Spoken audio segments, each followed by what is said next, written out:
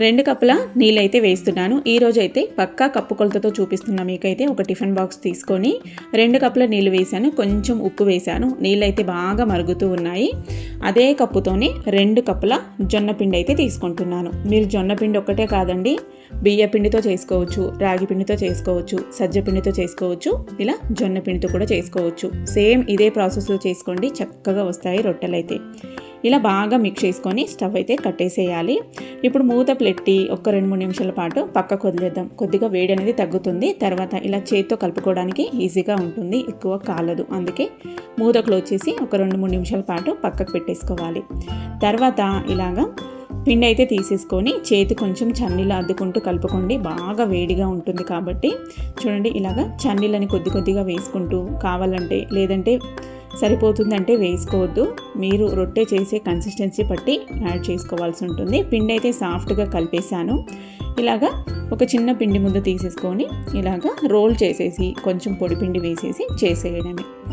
ఇలా కొంచెం కొట్టేసుకొని తర్వాత చపాతీ కర్రతో రోల్ చేసుకోవచ్చు. వస్తుంది అంటే మొత్తం ఇదే ప్రాసెస్లో కొట్టి చేసుకోవచ్చు. కానీ మాలాగా సిటీలో ఉన్న వారికి ఇబ్బందిగా ఉంటుంది, కింద ఉన్న వాళ్ళకి బాగా సౌండ్ వస్తుంది కదా, అందుకే ఇలా చపాతీ కర్రతో చేసుకోవడం అయితే అలవాటు చేసుకున్నాను.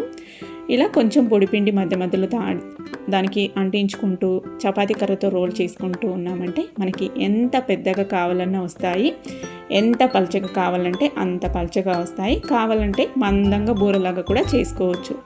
ఇలా నేనైతే పల్చగా చేసుకుంటాను, ఆకుల్లాగా.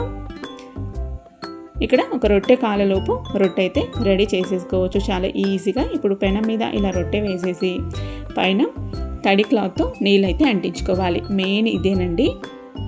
ఇలా తడి బట్టతో నీళ్ళు అంటించుకోవడమే హెల్దీ. నూనె వేసుకొని కాల్చుకుంటూ ఉంటాం కదా చపాతీలు, అందుకే రొట్టెలు చపాతీ కన్నా హెల్దీ అని చెప్తారు. ఇలా 2 సైడ్ల పచ్చిదనం అంతా పోయేంత వరకు టర్న్ చేసుకుంటూ మంచిగా కాల్చుకున్నామంటే ఆరోగ్యకరమైన ఫైబర్ రిచ్ జొన్న రొట్టె అయితే రెడీ అయిపోతుంది. సజ్జ రొట్టెలు, రాగి రొట్టెలు అండ్ బియ్య పిండితో కూడా చేసుకుంటారు ఇక్కడ బెంగళూరులో, అక్కి రొట్టె అనేసి. అవి కూడా సేమ్ ఇదే ప్రాసెస్లో చేసేసుకోవచ్చు. కావాలనుకుంటే కామెంట్ చేయండి, నెక్స్ట్ వీడియోలో పెడతాను ఎలా చేసుకోవాలి ఏంటి అనేసి. సో నేను రొట్టెలు అయితే ఇలాగే అన్నీ ప్రిపేర్ చేశాను నైట్ డిన్నర్కి.